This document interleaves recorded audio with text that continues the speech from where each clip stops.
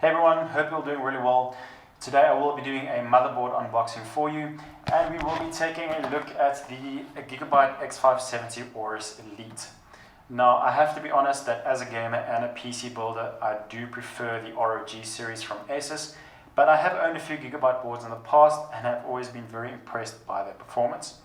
One thing I will definitely say about Gigabyte is that they do offer very good value for money, and just to give you an idea, one of the boards that I was looking at was the Asus B550-F Gaming, which normally has a MSRP of $180 US.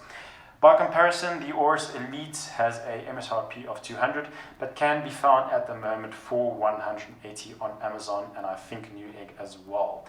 You can also check out places like eBay if you are interested. So for the exact same price, you are getting the full X570 chipset along with all the bells and whistles. Let's have a look. I'm sure you're all familiar with the packaging of the Gigabyte boards. The primary color is orange, which I think is going to look really good inside the Phanteks P500A.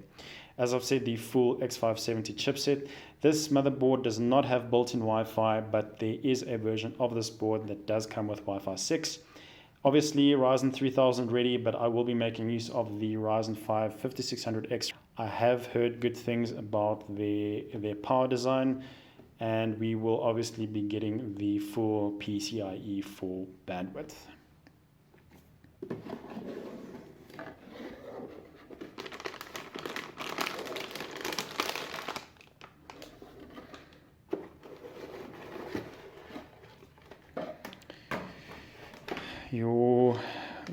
Everything very standard here. We have some SATA cables, we have installation guide, we have the user manual, and here we have the motherboard connector for the I/O.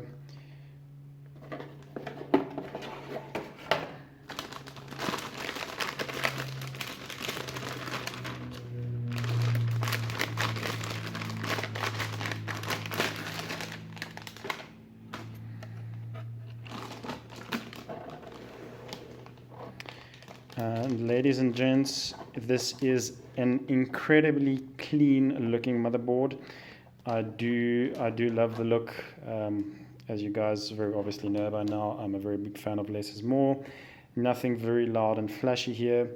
You do get your M.2 SSD heatsink, which is really fairly standard by now.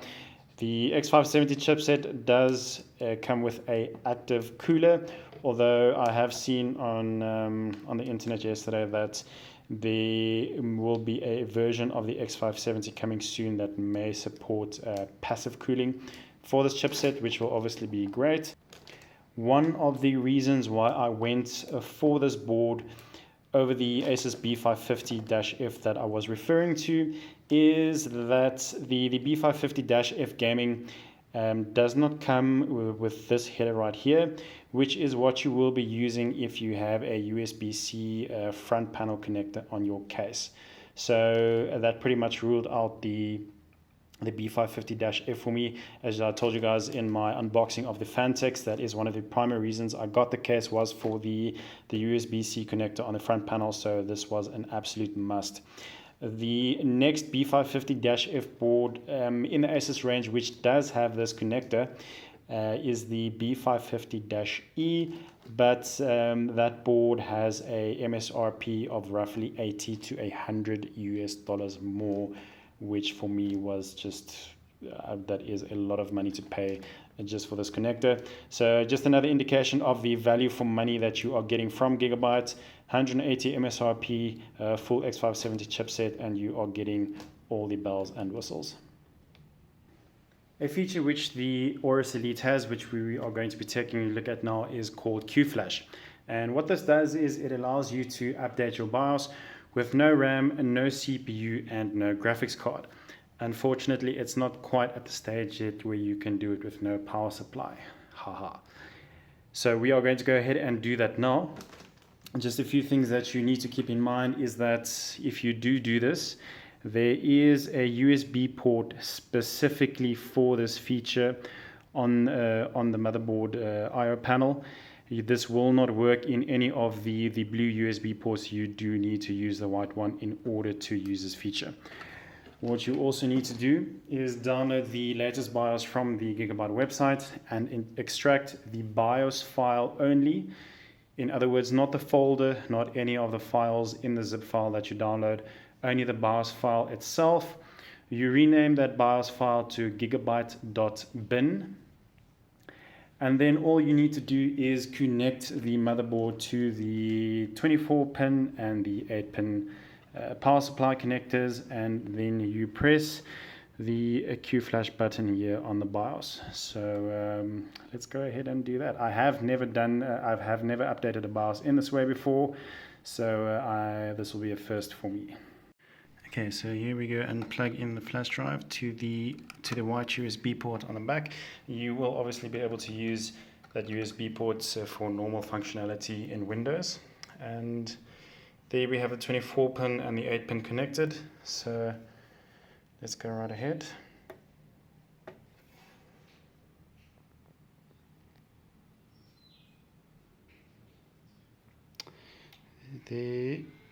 Okay, there we see the power supply powering on. We have the RGB fans connecting, and the system is running. There you see the Q flash button or LED is flashing.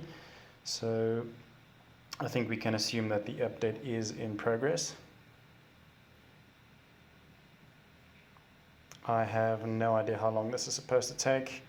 In normal BIOS feature updates, takes about 2 to 3 minutes. I would assume that when the update is done, that the LED will stop flashing and remain constant. And I have to be honest, I am feeling just a little bit anxious right now, as one normally does when doing a BIOS update. Now it's flashing a little bit faster, so everything does seem to be working correctly at the moment. I'm not sure whether the system will power down automatically when it is done, but we will see.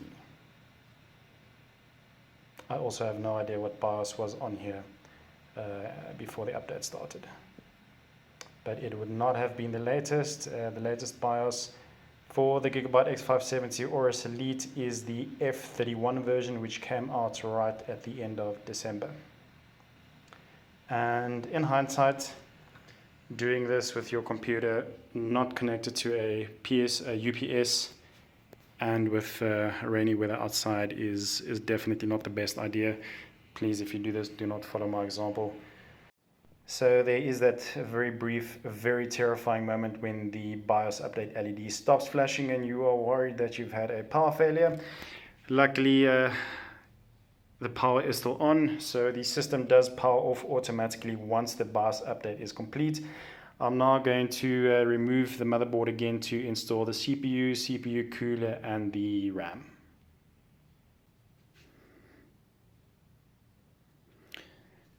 So just a quick note for everyone watching. This is the cooler, obviously, for the 5600X. Now, in design, it is identical to the cooler which I had on the 3600X. But if you do have the two side by side, you will see that the heatsink for the 5600X is thinner. This is obviously as a result of the power usage improvements which they made, which means that cooling is obviously much better.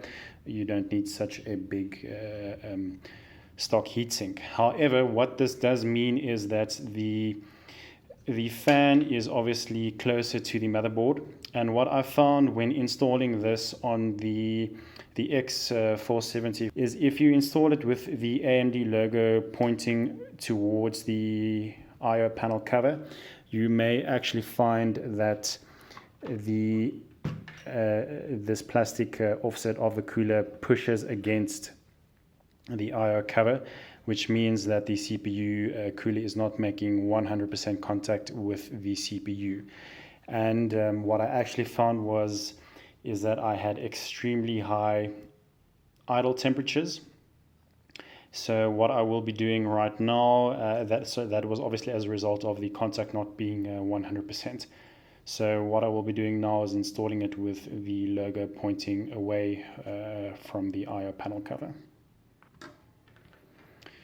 Okay, so there we have it. However, what we can see now is that the AMD logo is now covering the RAM slots. So if you have if you use 4 RAM chips for your motherboard, this is obviously going to be a problem, as there is not enough space between the heatsink and the RAM slots for a normal size RAM chip.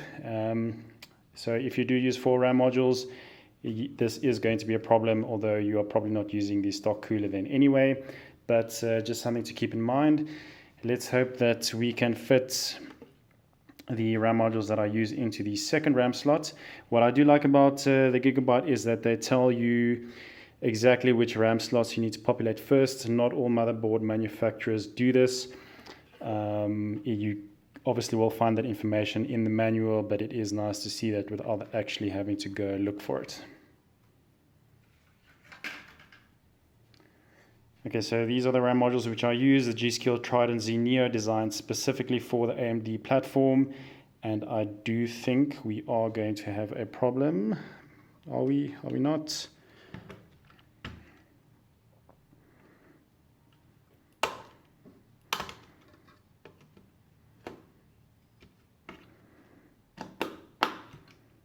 Okay, so no problem with the with installing the G.Skill RAM. However, if this plastic offset was even just a millimeter longer, then we definitely would have had some problems. As it is now, it fits perfectly.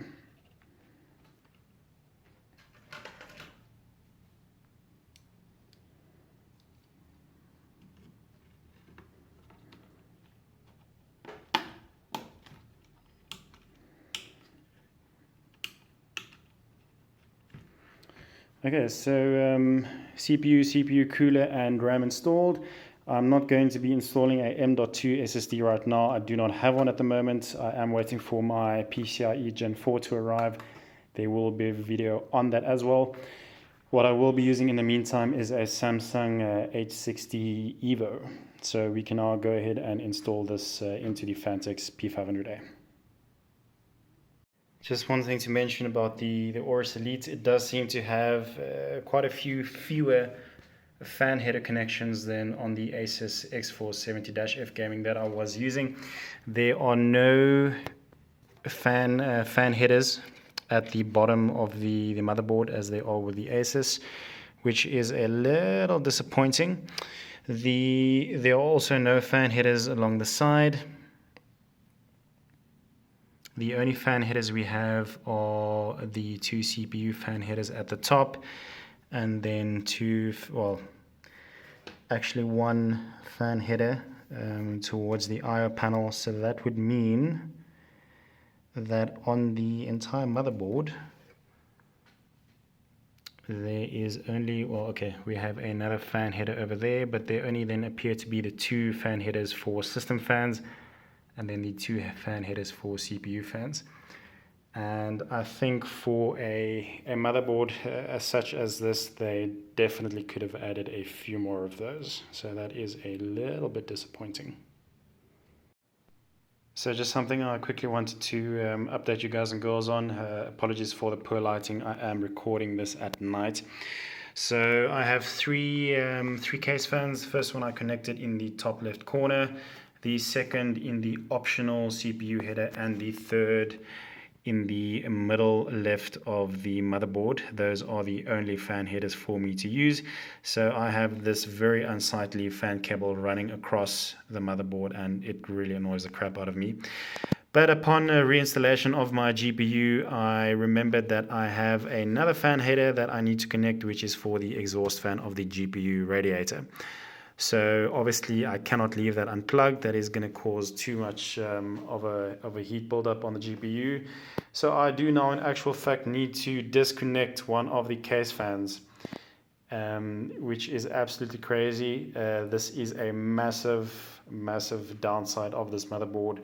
I mean, a fully featured X570 chipset motherboard with only only two dedicated fan connectors is just crazy. So I will either need to use a Molex to 3-pin connector, or Molex to 4-pin connector, which in 2021 is just really unheard of, or I will need to get some kind of fan hub if I do in actual fact want to make use of all my case fans. For me, that is just really that really is a big downside to this motherboard. And if I had actually realized this beforehand, I may have looked at something else. It is a great motherboard, so I will definitely look at then getting some kind of fan hub. But just to let you guys know, if you do have a number of case fans, then this board is probably not for you.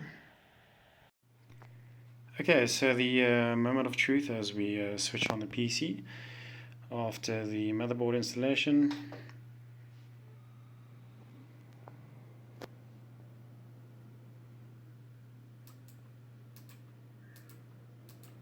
And it is posting, which is always a good sign.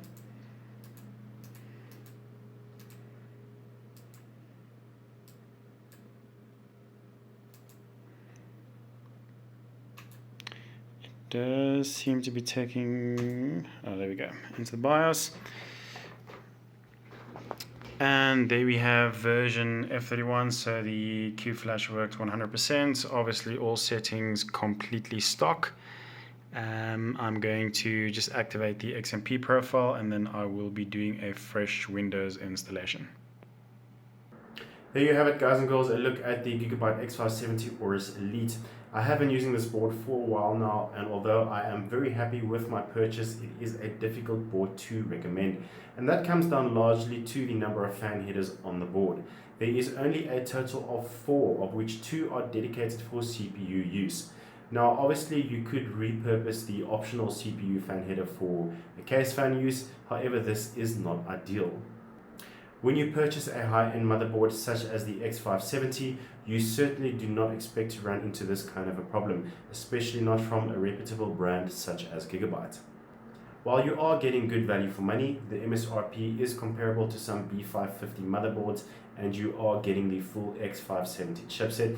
Let's be honest, if you are buying an X570 motherboard, you are probably not building an entry-level or even a mid-range gaming PC. You are obviously looking for something more high-end. In that case, you are obviously going to be spending a bit of money on your cooling solution as well. You will be looking at a good case with good airflow and a case that certainly has a number of fans. You will most likely then be better served looking at a motherboard, even something in the B550 series that has a larger number of fan headers. Or in the case that you do want this board specifically, you will definitely need to look at getting a fan controller, which is what I ended up doing. If you can look past the issue of the fan headers, which I do believe is going to be a problem for the vast majority of people, or perhaps you already have a fan controller that you can make use of, then you are going to get a full-featured X570 motherboard that looks good and is not going to break the bank. Thanks for watching, guys and girls. Hope you enjoyed this video. If you haven't already, please like and subscribe, and I will see you in the next one. Cheers.